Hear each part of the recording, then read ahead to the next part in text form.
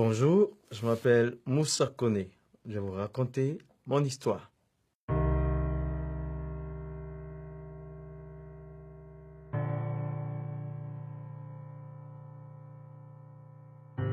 Mon père était un imam, mon grand-père était un imam, et moi j'ai été imam pendant 10 ans. J'étais l'assistant de mon père, qui était un missionnaire de l'islam.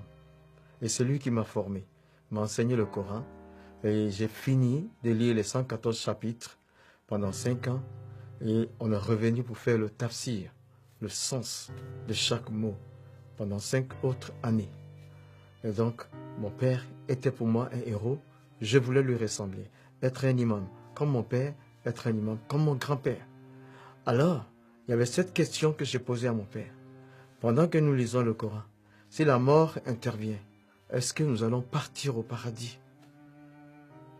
Et là, sa réponse a été, on ne peut pas le savoir pendant que nous sommes vivants.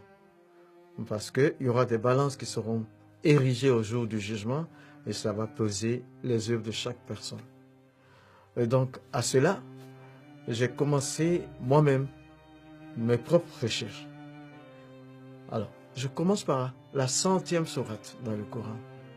À partir du verset 3, il dit « Inna lisan li rabihe la kanudun, wa innahu ala zalika la shahidun, wa innahu li hubli khairi la shadidun. » C'est-à-dire, l'homme est ingrat envers son Seigneur et il est témoin de son ingratitude. Le Coran veut dire que tous sont pécheurs, tous les humains pêchent. Après la 101e sourate dit « Fa'amaman sakulati mawazinuhu fahuwa fi shati radiyati, wa amaman kafati mawazinuhu fa'umuhu khawiyati, wa ma adirika ma khiyaha nar khamiyat. » C'est-à-dire, si tes œuvres bonnes surpassent le péché, tu vas au paradis, mais si c'est l'inverse, tu vas en enfer. Alors j'ai commencé à réfléchir. La 100e sourate me dit que je suis pécheur et la 101e sourate me dit que je dois avoir plus de bonnes actions que de péchés. J'avais 35 ans, je ne connaissais pas le nombre de mes actions, ni bonnes ni mauvaises. Logiquement, je ne pouvais pas savoir mon séjour dans l'au-delà, ce qui m'attristait beaucoup. Et dans mes recherches, j'ai aussi découvert la personne de Jésus dans le Coran. Je le découvre d'abord avec des titres. Dans la 4e sourate, verset 171, il y a 3 titres au moins. Il y a Al-Masih, le Messie. Il y a Ruhullah, l'Esprit de Dieu. Il y a Kalimatullah, la parole de Dieu. Je suis donc le Messie, la parole de Dieu, l'Esprit de Dieu. Ensuite, je découvre que Jésus n'a jamais péché. Il n'a pas péché dans le Coran. Mais par contre, j'ai découvert les péchés des autres prophètes. Alors, le prophète de l'islam, 48e sourate, versets 1 et 2. Il dit, Allah lui dit, nous t'accordons la victoire pour te prouver que nous pardonnons tes péchés.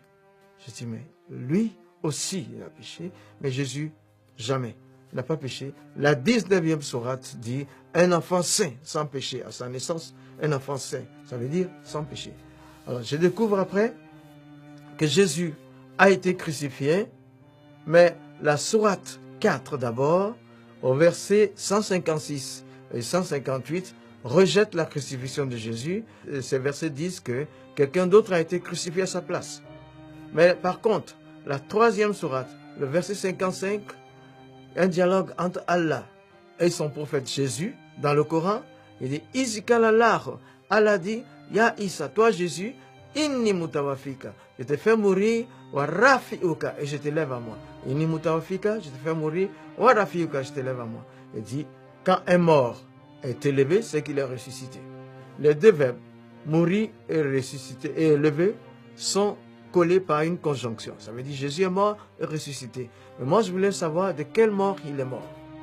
Et je prends donc le verbe qui a été traduit en français, mourir. Tawafa est le verbe là. Tawafa, la première interprétation donne mort violente. La crucifixion est une mort violente. Deuxième interprétation, mourir pour atteindre un but. C'était le cas pour la crucifixion. La troisième interprétation, c'est mourir pour payer une dette. Ce qui veut dire la crucifixion. Donc j'ai compris que Jésus est mort par crucifixion et ressuscité. Maintenant, après tout ça, j'avais une décision à prendre. Je suis allé donc dans ma cabine, sachant que je ne pouvais pas de moi-même, je ne voulais pas quitté l'islam, mais je n'étais pas sauvé dans l'islam, dans le Coran. Donc, j'ai vu Jésus qui est au-dessus des autres. En ce moment-là, je devais prendre une décision. Mais j'ai interrogé Dieu. Je dis, je suis le 14e imam, depuis la génération de mon père. Et là, je sens que je ne suis pas sauvé. Je ne peux pas continuer à prier comme musulman, mais je ne peux pas devenir chrétien aussi. Donc, comme tu es Dieu, décide ce que tu veux. C'est en ce moment-là que, dans ma cabine, j'avais éteint la lumière.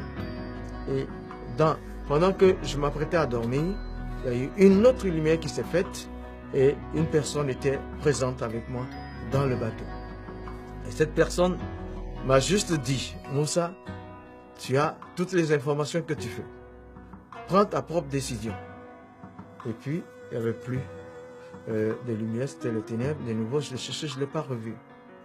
Et donc, suite à tout ça, j'ai décidé de donner ma vie à Jésus. Parce que dans l'islam, selon le Coran, je n'étais pas sauvé. Et Jésus a des titres au-dessus des autres. Il n'a jamais péché. J'ai donc donné ma vie à Jésus en 1987. Et toi qui m'écoutes, quel que soit le pays dans lequel tu te trouves, là, quel que soit ton nom, un seul chemin pour aller au ciel, c'est Jésus. Il dit, Anna, moi, Hoa, je suis, Tariq, le chemin, Wal Haq, la vérité, Wal Hayat, la vie, Leza Ahad, pas un seul. Il a Ani, qui ne vienne à moi, il a Abi, ne peut arriver au Père. Donne ta vie à Jésus, tu seras sauvé. Il va laver tes péchés. Donne ta vie à Jésus, tu connaîtras le paradis.